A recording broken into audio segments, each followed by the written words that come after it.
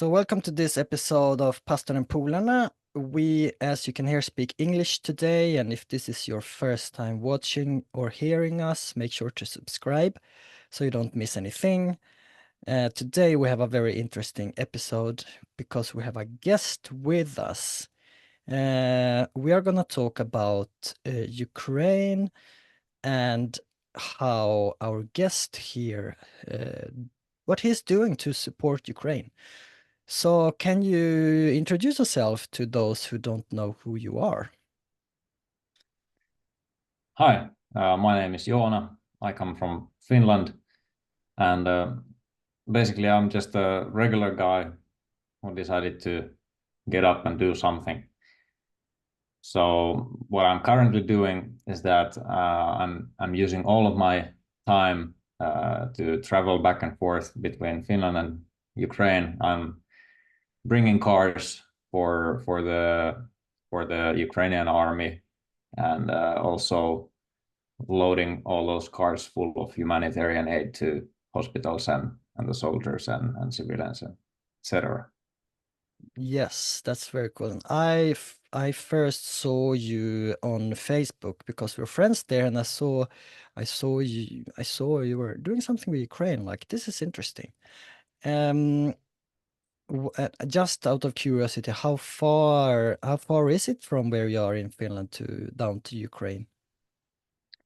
Well, to the border, Polish-Ukrainian border, it's around 1,300 kilometers. So it's we usually don't sleep when we drive there, so it's just straight go.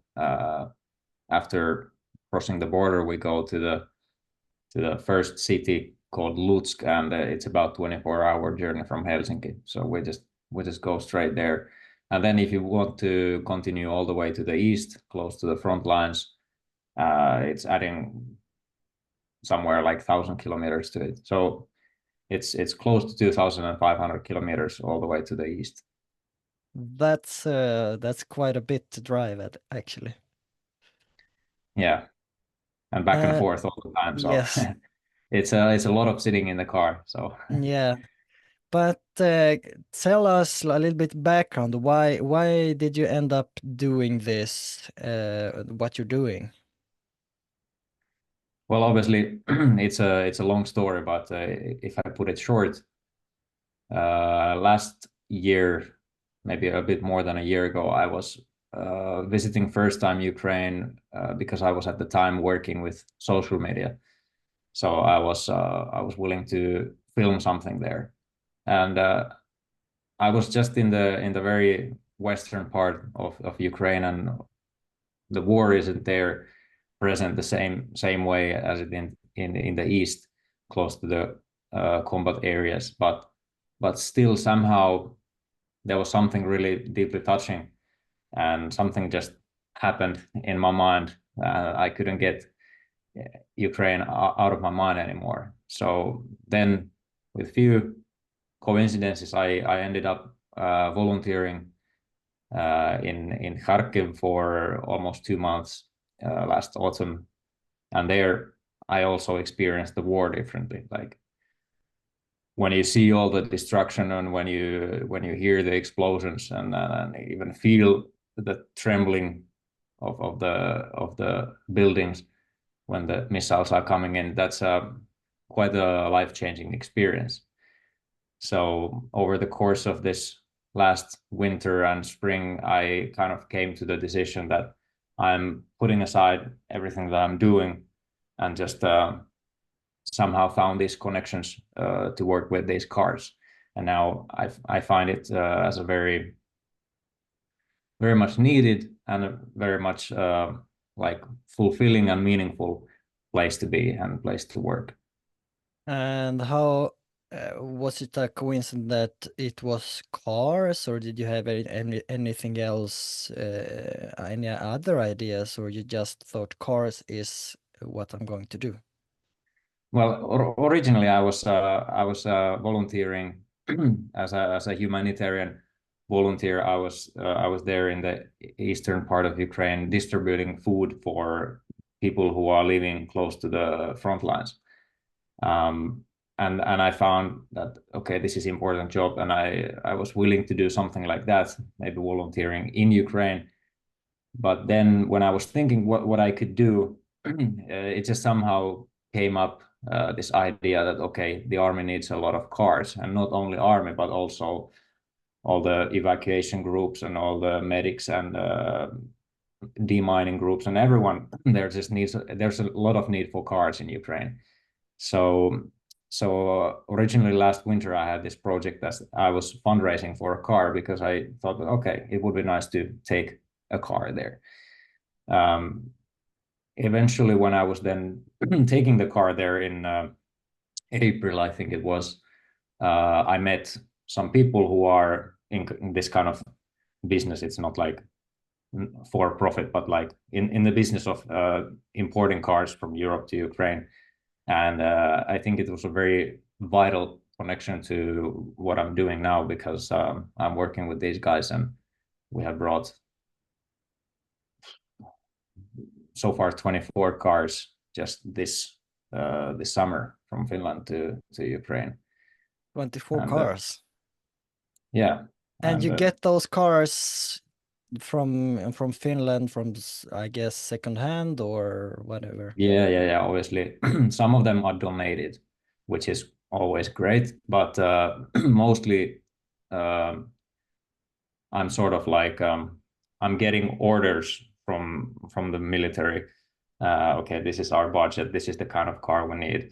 Then I search options in Finland. I present these options for them, and they choose, and then I buy the car in Finland. And then with other other partners, I'm um, putting the cars full of humanitarian aid, and then we go to Ukraine, and then we sell the car for the military. So it's basically you. Do you have another, like other people supporting you, helping you drive, or how big is your network? Well, of course, the network is big. Like I'm not working for any NGO or anything. I'm just doing this independently. But obviously, when I'm taking multiple cars at a time, there I need volunteer drivers. Of course, the stuff that I take there, humanitarian aid, it's not like collected by me. It's different organizations that collect this stuff, and I just pack it to my car and then take it there. And there's a lot of connections both in Finland and in Ukraine. I have some connections to people who might fix the cars for free if they are broken before I can take them. And of course, a lot of people are involved, and that's like also great to see how with different kind of skills and different kind of life situations, different kind of time balance, you can participate in different ways. And it's also like a very nice sense of community when we are all like helping together. So And what's your ambition and goal and dreams? Are you thinking you want to grow or make it even bigger or organize it better? What do you see in the future for what you're doing? well, obviously the biggest wish is that there would be peace and the war would end.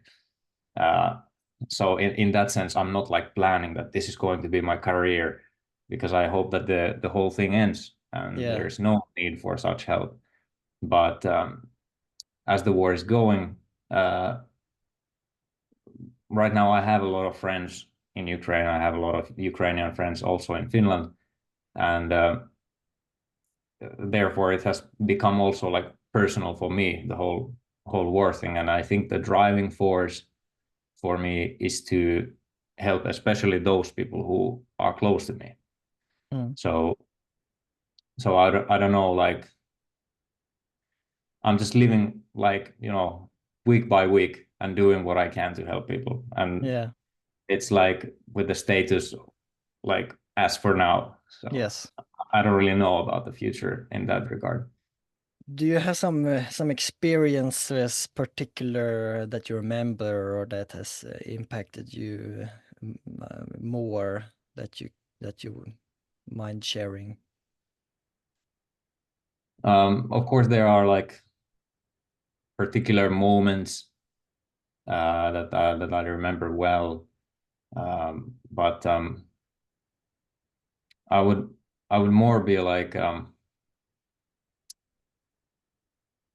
I think it would be more valuable to share about like a bigger picture Yeah, about how I've got so many friends with this and how I've learned so much about, well, also myself, but like about humanity in general and human interactions, how valuable it is that we are here for each other, and how rewarding and how meaningful it is when people actually come together and help each other. It's so beautiful thing, not to live only for yourself, but like for everyone around you as well.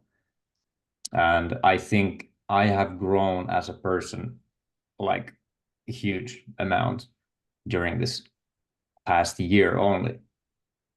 And yeah, I think that's my like my main like pickup from this whole thing, like personally. And I've seen, yeah, a lot of beautiful things in the middle of all the crazy, wild, ugly world situation. So yeah.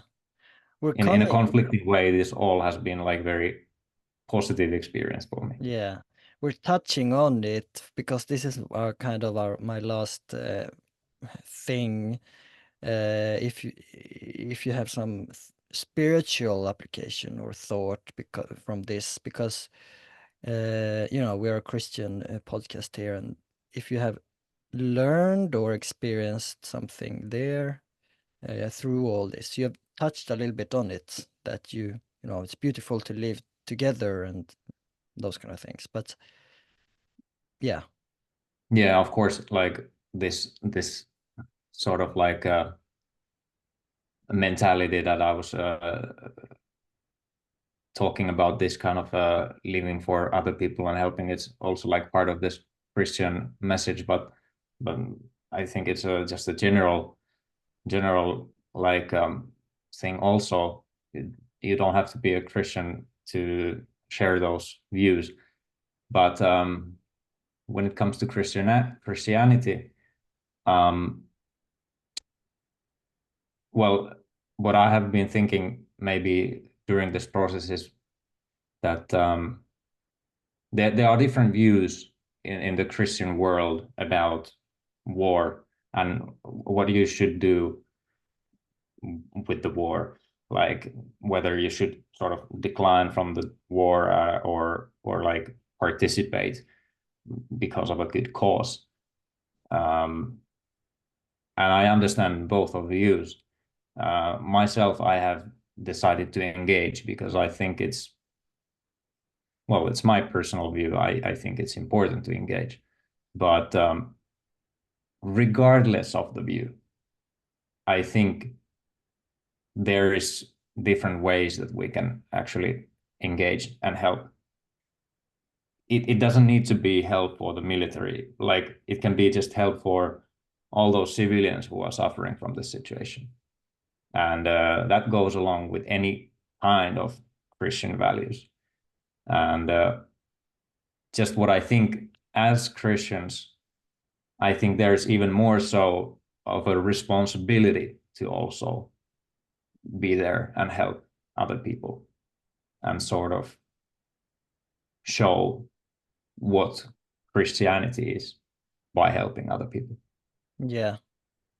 So, like, if someone hears this, and or what would you say? You're touching on it, but do you have any tips or tricks to what I can do, or what a simple person can do uh, to start doing this? What would be your best tips?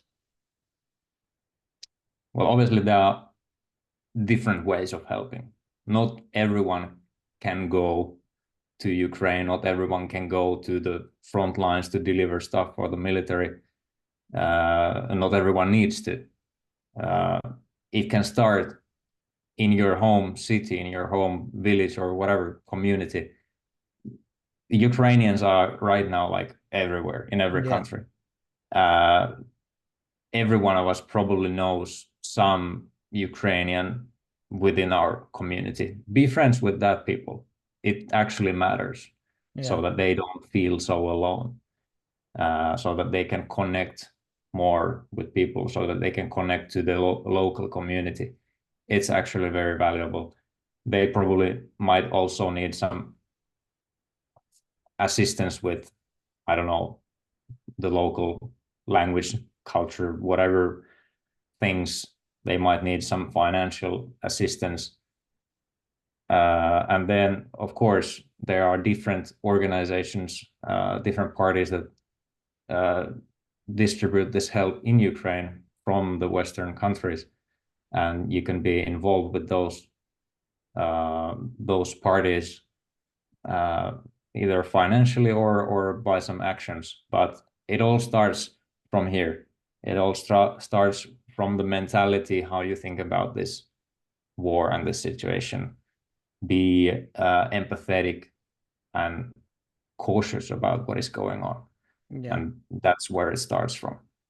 Yeah. Good.